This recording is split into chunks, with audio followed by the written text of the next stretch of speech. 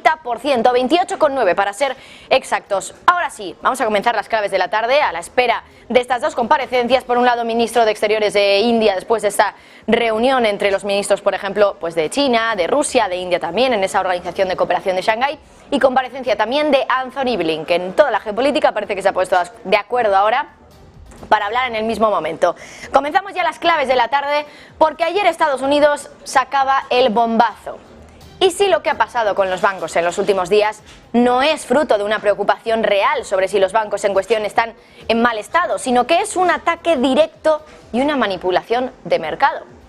Eso es lo que muchos se están preguntando ahora, porque es cierto que con todo, que todo empezó con Silicon Valley Bank y entonces había miedo, un miedo argumentado, ¿no? Podemos decir, sobre los bancos que por un lado tenían pérdidas no realizadas importantes y por el otro una gran proporción de depósitos no asegurados.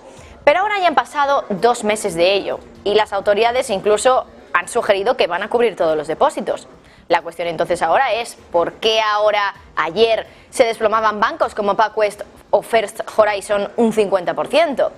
¿Tiene sentido que se desplomen tanto en un día bancos que, bueno, realmente no sabemos si van a acabar quebrando o no? Porque el miedo que hay dudas de si realmente tiene una argumentación sólida.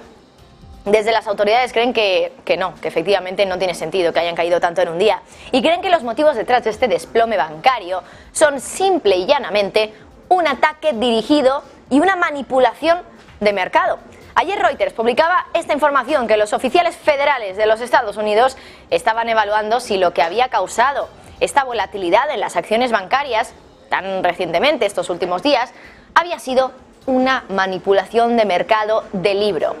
A su vez, la Casa Blanca salió ayer a decir también que tenía que monitorizar las presiones bajistas sobre bancos sanos. Considera que PacWest, Western Alliance son bancos sanos. Hay que recordar que estos dos bancos también han publicado comunicados en los últimos días sugiriendo que su situación es la correcta, que están bien, que los depósitos de hecho están aumentando en los últimos días. Bueno, claro, después de lo de ayer no sabemos si esto ha cambiado o no, después del pánico que había en mercado en torno a estas dos entidades financieras. Pero vamos un poquito más allá con esto de la manipulación de mercado. ¿Quiénes son los únicos capaces de manipular los mercados y poner esa presión bajista de la que se habla desde la Casa Blanca?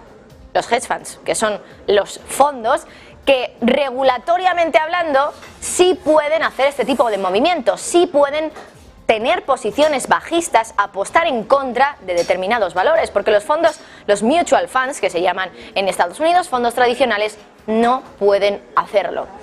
Hay datos de cuánto dinero han hecho los vendedores en corto, solo en el día de ayer con la caída de los bancos regionales. Y la verdad es que es como para agarrarse a la silla. Son 378 millones de dólares los beneficios sobre el papel que hicieron los hedge funds solo ayer con los bancos regionales. Insistimos, caídas del 50%, claro.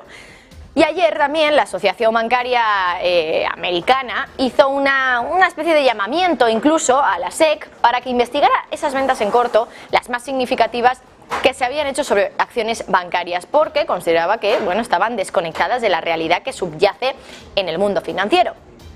Si eso fuera así, sería algo muy parecido a lo que se cree que pasó en otro banco, en Deutsche Bank.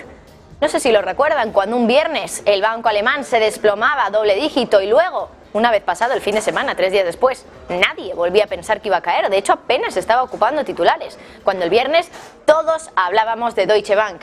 Pues ahora se cree que eso también fue obra de los hedge funds que vendieron primero y se empezaron a hacer las preguntas sobre Deutsche Bank después.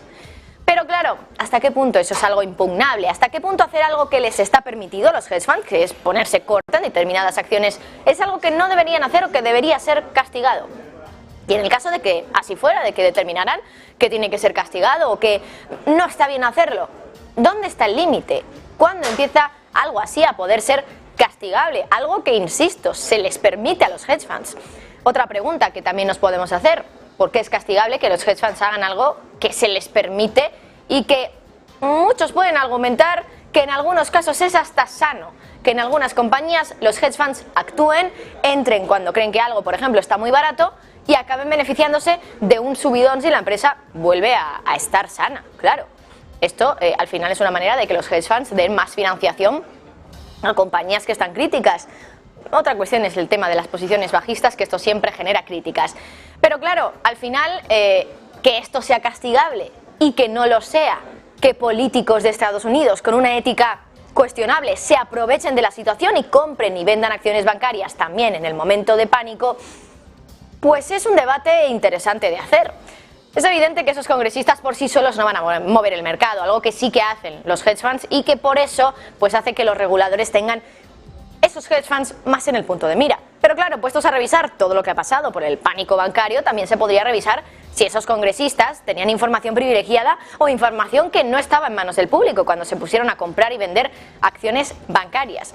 En algunos casos eran operaciones que, bueno, pues podríamos haber hecho cualquiera de nosotros porque eran operaciones muy pequeñas, bueno, unos miles de dólares, o operaciones que realmente se pueden hacer sin tener ningún tipo de información privilegiada, como por ejemplo vender Silicon Valley Bank cuando empezó a hablarse mal del banco porque no había conseguido cerrar una ampliación de capital. En cuanto ves que el río suena, pues piensas que agua lleva y dices, pues lo vendo, antes de saber nada de información que no sea sabida también por el resto del público. Y en ese caso, como les contábamos de la congresista que compró New York Community Bancorp justo el día antes de comprar los activos de Signature Bank y por tanto dispararse a doble dígito, porque ese desde luego es uno de los más cuestionables. Y es que, bueno, en estos últimos días, en estas últimas semanas, desde que empezó todo este pánico bancario, desde luego que ha habido varios casos que hacen que se nos caiga prácticamente la boca al suelo. Y aunque es cierto que no es ilegal que los congresistas o los políticos compren y vendan acciones, es cuestionable que lo hagan cuando muy probablemente tienen más información que el resto de la población por su posición de poder y que además lo hagan pues después, por ejemplo, de pertenecer a comités bancarios, incluso porque ese de hecho fue alguno de los casos que hemos vivido en este episodio de crisis o de pánico bancario y que ha hecho que pongamos más la mirada en este tipo de congresistas que probablemente tengan más información sobre qué está pasando en el mundo financiero y que después de tener esa información más que probable, luego compran y venden acciones precisamente de los bancos que están